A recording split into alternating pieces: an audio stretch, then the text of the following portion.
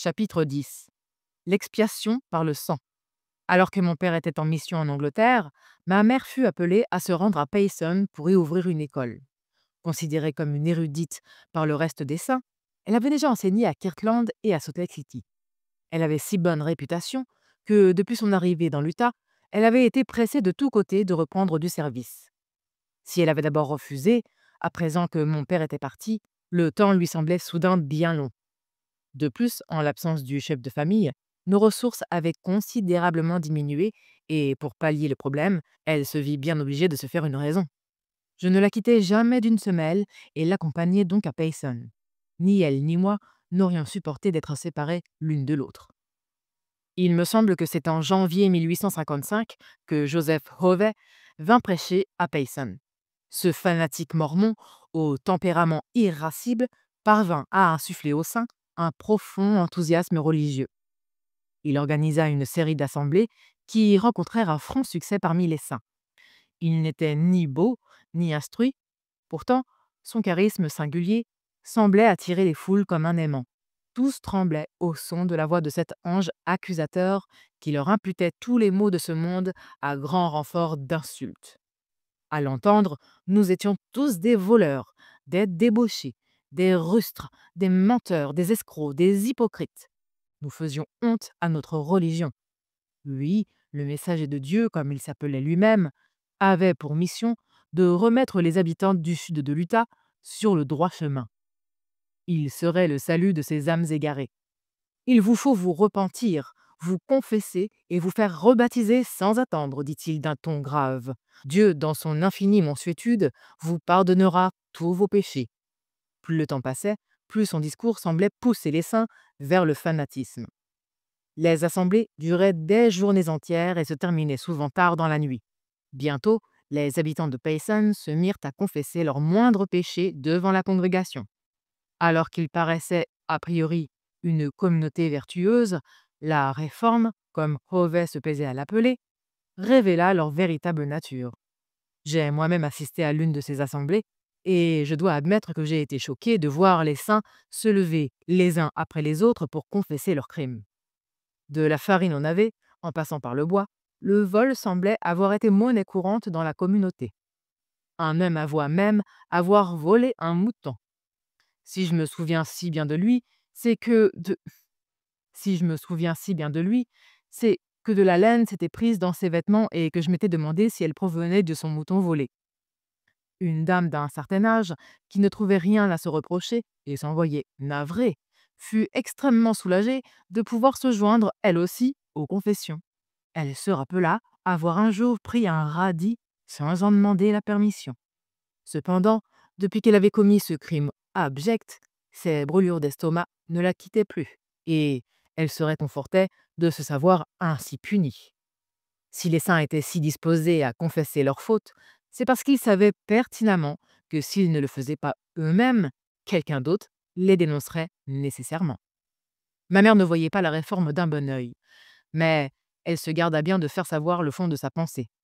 Toute personne qui se risquait à s'y opposer se mettait en danger. Elle se contenta donc de ne pas y prendre part.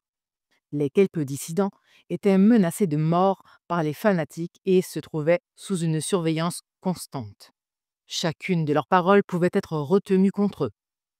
L'Église devint un véritable nid d'espions, chacun épiant attentivement les faits et gestes de son voisin.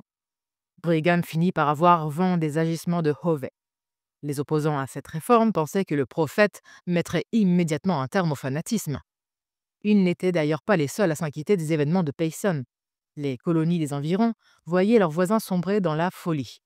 Brigham était alors au parlement de Fillmore et, pour seule réponse, déclara: qu'ils fassent comme bon leur semble, ils finiront bien par être à court de péchés à confesser. Comme vous pouvez l'imaginer, son détachement surprit la plupart des saints qui comptaient sur lui pour ramener l'ordre. Mais ils n'étaient pas au bout de leur surprise. L'hiver suivant, en 1856, avec l'appui de ses conseillers, Brigham lui-même mena une réforme similaire sur tout le territoire. D'après les rumeurs, cette réforme était née d'un caprice du second conseiller, Jedediah M. Grant, au sujet d'une mule.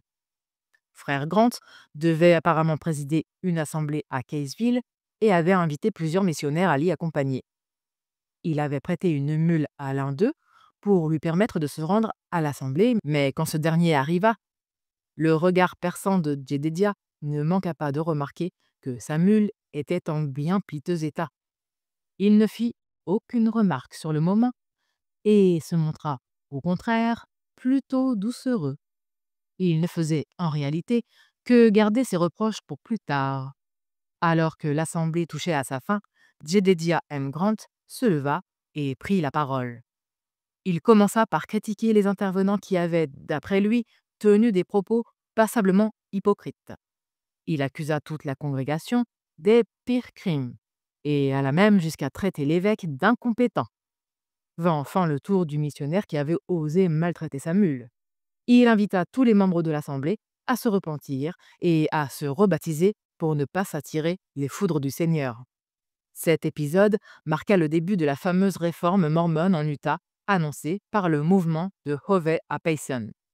La réforme est une période noire de l'histoire mormone et elle restera à jamais gravée dans les mémoires de ceux qui l'ont connue. J'avais alors à peine 12 ans et, comme j'étais facilement impressionnable, ces événements m'ont particulièrement marqué. Contrairement à celle de Hovey, cette réforme fut appliquée de manière systématique. Les leaders de l'Église rédigèrent une série de questions, toutes plus indiscrètes ou absurdes les unes que les autres, qui fut ensuite distribuée aux missionnaires. Munis de leur exemplaire, ces derniers firent du porte-à-porte pour interroger la population. Pour vous donner une idée de la teneur de ces questions, en voici quelques-unes. Avez-vous déjà commis un meurtre? Volé un bien? Bu au point de finir ivre? Croyez-vous en la polygamie? Les saints devaient répondre à chacune d'entre elles, faute de quoi ils seraient rejetés de l'Église.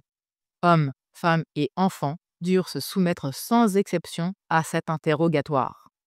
Les plus jeunes ne comprenaient même pas certaines des questions qui leur étaient posées, mais ils devaient y répondre indifféremment. Bien que la procédure voulut que les différents membres d'une même famille soient interrogés séparément, ma mère et moi fîmes exception. Je ne compris pas la moitié des questions et me contentais de suivre l'exemple de ma mère, intimement convaincue qu'elle connaissait nécessairement les bonnes réponses. Une fois l'entrevue terminée, le missionnaire me conseilla de toujours obéir à mes parents et de devenir femme plurale quand je serai un peu plus grande. Ces missionnaires à domicile s'étonnèrent de la gravité des péchés que les saints leur confessaient. La vie privée de tous fut exposée au grand jour. Bien souvent, les gens se retrouvaient accusés de crimes qu'ils n'avaient pas commis, mais ils avaient bien trop peur pour oser clamer leur innocence. Certains missionnaires furent si choqués des détails sordides qui leur étaient révélés qu'ils supplièrent les autorités de mettre un terme à cette frénésie de la confession. L'Église fit la sourde oreille à leurs supplications et continua de presser les fidèles de se délester du poids de leur culpabilité. Ces derniers finirent par se persuader que confesser était leur seul espoir de salut. Tous les saints, qu'importe la gravité de leurs péchés, reçurent l'ordre de se faire rebaptiser. L'Église ordonna également à tous ceux qui s'étaient rendus coupables de vol de restituer des biens subtilisés à leurs propriétaires. C'est ainsi qu'un homme qui avait apparemment emprunté quelques possessions de mon père pendant que celui-ci était en mission en Angleterre frappa à notre porte pour faire amende honorable. Il ne fut pas le seul à avoir abusé de notre confiance. Nombre de nos voisins avouèrent avoir volé des parties de la clôture de notre ferme. La discorde régnait au sein de l'Église. Tout n'était plus qu'accusation, confession, restitution et baptême. Peu de Mormons voyaient ces événements d'un bon œil, mais aucun n'osa agir à l'encontre des autorités de l'Église. S'ils s'y étaient risqués, cela aurait été au péril de leur vie. Hovey n'avait pas été le seul à conseiller à ses disciples de punir ceux qui s'opposaient à la réforme en, et je cite, tranchant au niveau de la gorge le lien qui les unissait à l'Église. C'est dans cette conjoncture qu'apparut la doctrine de l'expiation par le sang. Les autorités conseillèrent les personnes qui s'étaient rendues coupables de crimes bien particuliers de verser leur sang pour assurer le salut de leur âme. Jedediah M. Grant, grand fanatique, s'exprima un jour comme suit sur les apostats. Que devons-nous faire à ceux qui ont osé se détourner de Dieu? Nous devons prier le Seigneur de les tuer, intervint quelqu'un. Vous attendez du Seigneur qu'il fasse le sale boulot à votre place? Vous priez toujours le Seigneur de faire telle ou telle besogne que vous avez trop honte d'accomplir vous-même. Quand un homme prie pour que quelque chose se produise, il faut qu'il soit lui-même prêt à agir pour voir son souhait se réaliser. Quoi? Faut-il prendre l'avis de ces pécheurs nous-mêmes au nom du Seigneur? Eh bien oui, si vous voulez mon avis. En tuant ces hérétiques, nous ne ferions qu'obéir à la loi de Dieu. Si seulement nous étions loin de l'influence néfaste des amalgames, des lois et des traditions gentilles qui nous retiennent d'exercer la volonté du Seigneur, nous pourrions alors abattre de nos haches tous les arbres qui ne porteraient pas les bons fruits. À l'entendre parler, il semblait qu'il voulait que les saints appliquent l'expiation par le sang sur le champ. Parmi vous, il est des hommes et des femmes qui devraient se rendre au plus vite auprès du président pour l'implorer de charger un comité de choisir le lieu et l'endroit où leur sang sera versé. Lors d'un autre sermon, toujours aussi aveuglé par son fanatisme, il aborda à nouveau le sujet. Nous avons été bien trop cléments envers ces hérétiques. Il est temps que nous sortions l'épée du Tout-Puissant de son fourreau et passions à l'acte. Brigham Young, qui ne voulait pas être en reste, assura son peuple que cette nouvelle doctrine, qui encourageait les saints à égorger et à saigner leurs prochains, était tout à fait en accord avec la volonté divine. Mieux encore, elle était nécessaire et il en allait du salut de leur âme. Il justifia sa position comme suit. Certains péchés peuvent être expiés par des offrandes sur l'autel, comme nos ancêtres le faisaient jadis. D'autres péchés, par contre, ne peuvent être pardonnés par le sang de quelconques animaux. Pour que le pardon soit accordé, il vous faut verser le sang humain. Voici venir le temps de rendre la justice. Nous devons prendre les armes et demander à nos prochains: œuvrez-vous pour Dieu? Si la réponse est non, il nous faut faucher ces mauvaises herbes sans attendre. Sur le passage des Écritures qui commande Tu aimeras ton prochain comme toi-même, Brigham Young déclara: Quand aimerons-nous enfin notre prochain comme nous-mêmes? Si vous avez commis un péché qui mérite d'être expié par le sang, à moins qu'il ne s'agisse d'un péché mortel, vous ne pourrez pas connaître la paix tant que vous n'aurez pas fait couler votre sang pour implorer le pardon du Seigneur. Voilà comment il faut aimer son prochain. Maintenant, mes frères et mes sœurs, vivrez-vous enfin votre religion? Aimerez-vous vos frères et vos sœurs si vous savez qu'ils méritent l'expiation par le sang? Aimeriez-vous assez vos frères et sœurs pour verser leur sang? C'est cela que Jésus-Christ notre Sauveur a voulu dire. Voici venir le temps où la loi de Dieu sera la loi de tous. Voilà comment tu aimeras ton prochain comme toi-même. S'il a besoin d'aide, aide-le. S'il cherche le salut, qu'il ne peut obtenir qu'en versant son propre sang sur la terre, verse-le pour lui. Il n'est pas étonnant que de tels propos servis à une assemblée de saints déjà au bord de la folie les aient plongés dans une violence aveugle. Pendant un certain temps, meurtres et effusions de sang étaient monnaie courante. S'il planait le moindre doute sur la foi d'un membre de la communauté, un malheur venait invariablement frapper à la porte de ce dernier. Sans autre forme de procès, les fanatiques le fouettaient, le rouaient de coups ou le mettaient directement à mort. Sa maison était ou détruite ou confisquée par l'Église. Un marchand anglais de Salt Lake City, par exemple, avait été accusé de s'être distancé de l'Église et de ne pas vouloir se conformer à la réforme. Je vous livre ici une lettre rédigée par une des deux épouses de l'homme en question, qui relate, il me semble, fort bien les événements. J'ai pris soin d'omettre les noms exacts des parties concernées par souci d'anonymat. Après le départ de M. Grimshaw à Salt Lake, M. J. informa Brigham qu'il avait pris la décision réfléchie de quitter le territoire pour retourner en pays gentil. Brigham ne donna aucune suite à sa lettre, mais il y fit un jour allusion en public et laissa entendre qu'il avait apprécié que M. J. effectue une telle démarche plutôt que de quitter la communauté en secret.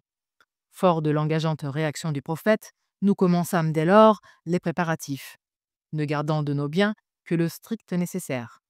Malheureusement, alors que l'hiver s'installait peu à peu, de nombreuses rumeurs se mirent à circuler à notre sujet.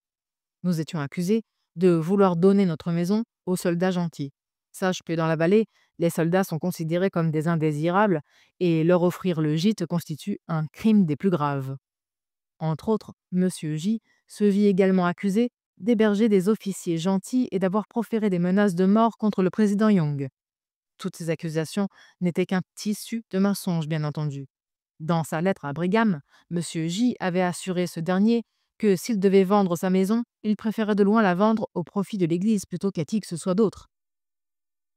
Nous avions eu vent des rumeurs qui circulaient à notre sujet et qui laissaient à penser que quelque chose de terrible allait nous arriver. Mais nous ne leur accordions pas le moindre crédit et nous sentions tout à fait en sécurité, en tout cas jusqu'à ce 13 janvier 1857, fatidique.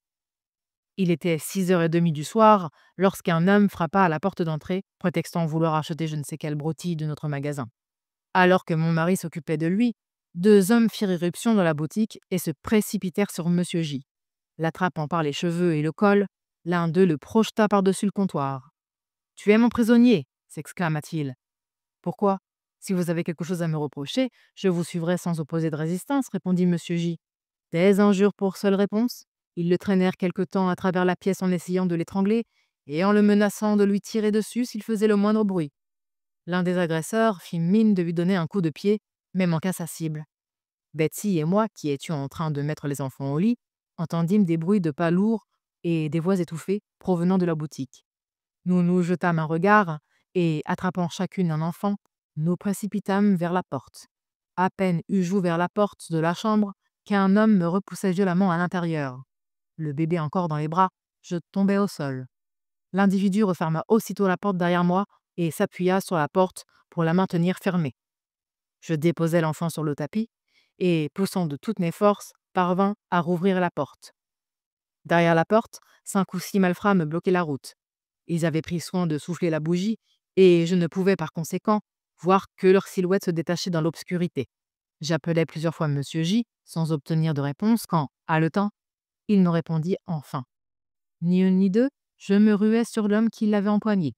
Ce dernier lâcha prise et Monsieur J, profitant de la diversion, se précipita dehors et traversa la rue, enneigée, pour aller demander de l'aide à un de nos voisins.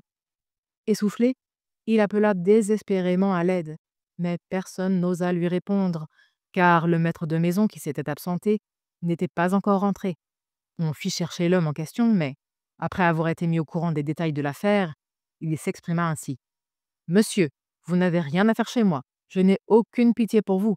Sachez que même si c'était mon propre père qui était coupable du crime dont on vous accuse aujourd'hui, je ne lui viendrai pas en aide non plus. Dites-moi quel est ce crime dont on m'accuse. Ne jouez pas l'innocent. Vous avez juré de servir Dieu, et voilà que vous ne servez plus que le malin. Cela ne m'étonnerait pas que l'on vous retrouve la gorge tranchée. Après avoir suivi Monsieur J dans la rue, je me tournai de nouveau vers la maison pour supplier les malfaiteurs de bien vouloir me dire ce qui les poussait à agir ainsi, car je soupçonnais qu'ils n'en avaient pas fini avec mon mari. Je fis mine de passer la porte, mais deux hommes gardaient l'entrée et me poussèrent en arrière. Je me relevai et tentai à nouveau ma chance, sans succès, quand je vis Betsy sortir avec les deux nourrissons encore en chemise de nuit pour les mettre à l'abri. Voyant que mes tentatives de forcer l'entrée étaient vaines, je me décidai à essayer la porte de derrière et m'y précipitai, mais là encore je fus refoulé. Chaque fois que je me relevais, je me retrouvais de nouveau précipité à terre, tant et si bien que l'une de mes dents de devant se déchaussa et que mon corps se couvrit d'hématomes. Incertaine de la situation et incapable d'entrer dans ma propre maison, je ne pouvais que crier à plein poumon pour alerter le voisinage. Les bruits qui me parvenaient laissaient entendre que la maison tout entière était en train d'être saccagée. C'est alors que Betsy s'écria soudain. Ah! Madame J! La maison est en feu! Prise de terreur, je me précipitai et parvins à entrer par la porte arrière de la boutique. Ce que je vis me fit trembler d'horreur. Les flammes léchaient la boutique tout entière du sol au plafond et tout partait en fumée. Deux hommes, pourtant suffocants, s'acharnaient encore à dévaster les lieux, du papier enflammé dans les mains. Ils mettaient le feu à tout ce qui croisait leur chemin. Je fus envahi par l'horreur de la scène qui se jouait devant mes yeux, en pensant à mes 3 garçons encore endormis à l'étage et à mon mari que j'avais perdu de vue et qui peut-être avait déjà succombé à ses agresseurs. La maison était perdue. Dès le lendemain, je me retrouvai à la rue avec mes enfants, sans le moindre sou, alors que la neige tombait encore à gros flocons. Aucun de mes anciens amis n'oserait m'ouvrir sa porte. Il savait pertinemment que s'ils s'y risquaient, il leur serait réservé le même sort. Animé par mon désespoir, je forçai le passage et implorai mes assaillants de me laisser chercher les enfants à l'étage. Il n'y a aucun enfant ici, me répondirent-ils. Si, ils sont encore dans leur lit, implorai-je. Allez-y.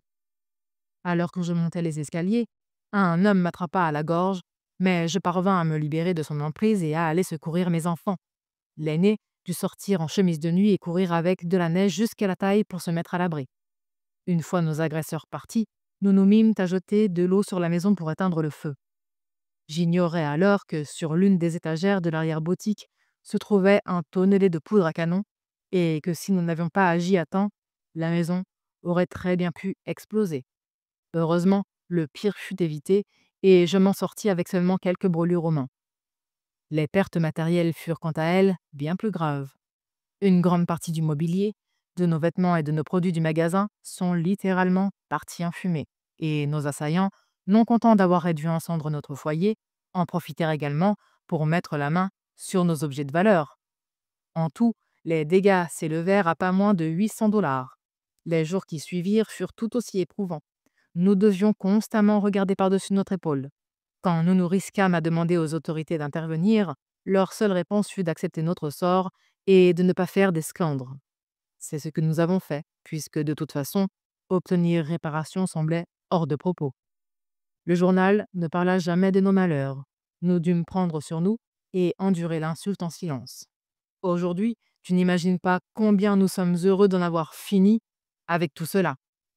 Le 22 avril suivant, tout fut enfin prêt pour nous permettre de refaire notre vie en pays gentil. Sous un soleil de plomb, nous nous rendîmes jusqu'à Westham, à 15 kilomètres de Lunsworth, dans le Missouri, sans nous autoriser la moindre halte. Et c'est de là que je t'écris aujourd'hui. Nous resterons ici jusqu'à ce que Monsieur J nous trouve une situation. Mon père avait rencontré les membres de la famille J du temps où il vivait encore en Angleterre. Originaires de Leeds, ils y étaient très respectés. Pour ma part, j'ai fait leur connaissance à Burlington, dans l'Iowa, où ils ont aujourd'hui retrouvé un certain confort. Ils se sont complètement détachés du mormonisme et font même partie des plus farouches opposants. Cette histoire sort quelque peu du lot puisqu'aucune goutte de sang n'a été versée. En effet, d'autres coupables des mêmes péchés que Monsieur J avaient payé de leur vie. C'était une époque trouble où il ne faisait pas bon être gentil en territoire mormon. Une de mes cousines s'est mariée en Illinois à un certain Hayton. Aux grandes dames de sa mère, ma cousine décida de rester avec son mari plutôt que d'accompagner ses parents lorsqu'ils partirent pour Salt Lake.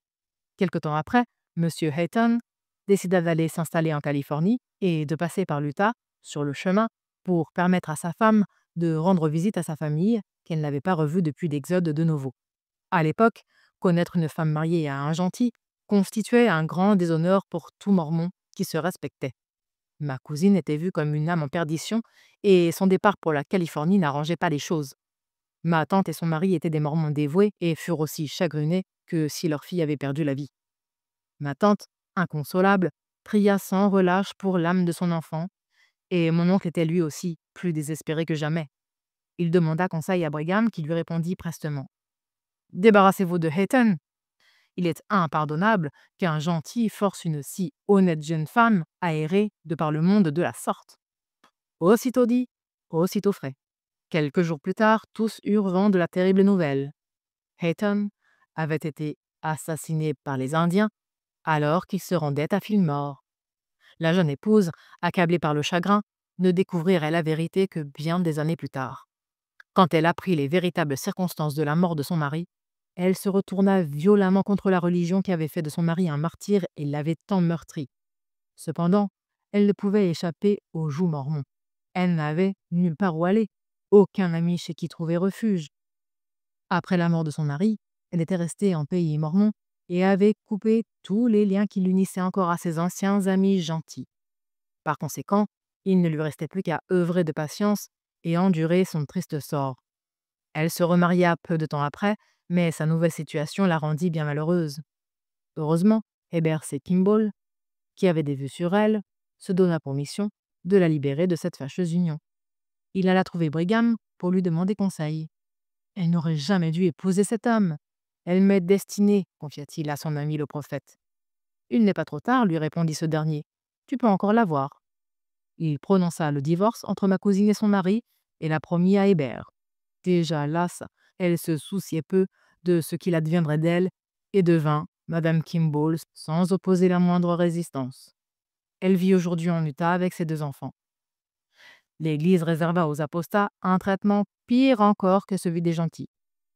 Almon Babbitt, par exemple, qui faisait partie des Mormons de Novo, fut tué par les Indiens alors qu'il se rendait en pays gentil.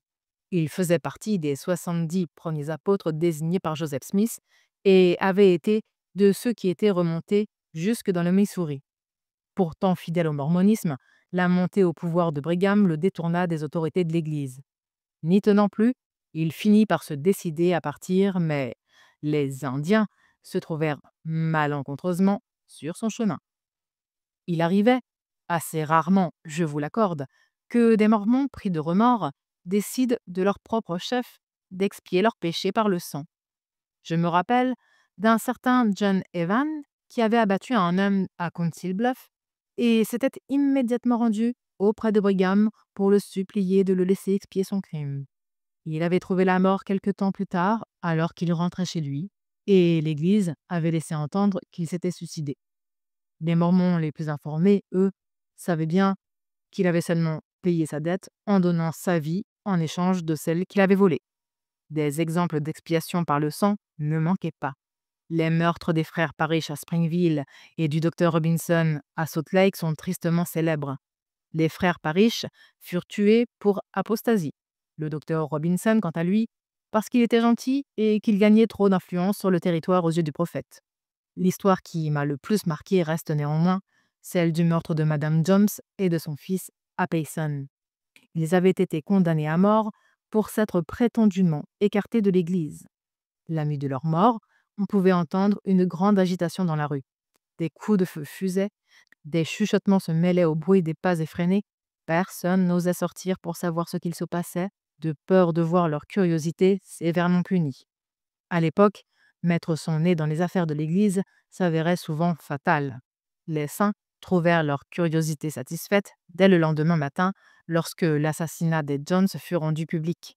Au petit matin, leurs corps mutilés furent placés dans un chariot exposé aux yeux de tous, et, alors que le chariot sillonnait les rues, la foule huait et insultait les morts. Ma mère et moi choisîmes de ne pas assister à ce spectacle morbide, mais bien d'autres femmes en décidèrent autrement et bénirent le ciel pour ce qu'elles considéraient comme un service rendu au Seigneur. Au moment de sa mort, Madame Jones était en train de pétrir du pain. Ses mains sans vie étaient encore ouvertes. Voilà comment les habitants de l'Utah vénéraient le Seigneur entre 1856 et 1857. J'ai même entendu certains de mes frères déclarer: si jamais j'apostasie, j'espère que mes frères m'aimeront assez pour me trancher la gorge. Il peut paraître bien surprenant, j'en conviens, qu'un peuple si honnête continue de suivre une église qui enseignait des pratiques si monstrueuses. Pour tout vous dire, la plupart des saints étaient convaincus que les Indiens avaient réellement commandité ces meurtres. Les autres, de véritables fanatiques, savaient la vérité, mais n'y voyaient que la volonté du Seigneur. J'ai entendu nombre de Mormons espérer que la lumière soit faite sur ces agissements obscurs pour que les véritables coupables puissent être punis. Néanmoins, ceux qui suspectaient l'implication des autorités de l'Église se gardaient bien de les dénoncer. Les Mormons qui vivaient en Utah au moment de la Réforme, témoins comme moi de toutes ces horreurs, connaissent très bien la morale derrière les enseignements du tabernacle. Même si nombre d'entre eux se montrent réticents à dénoncer Brigham Young, ils doivent bien admettre que ces préceptes prônaient tous l'homicide. Et s'ils ne reconnaissaient pas son implication directe, ils ne pouvaient nier son influence certaine sur l'instauration de l'expiation par le sang. Personnellement, je ne doute absolument pas de sa culpabilité. Ses mains sont tachées du sang des innocents, ses vêtements en sont imbibés, et aucune expiation ne pourrait purger son âme.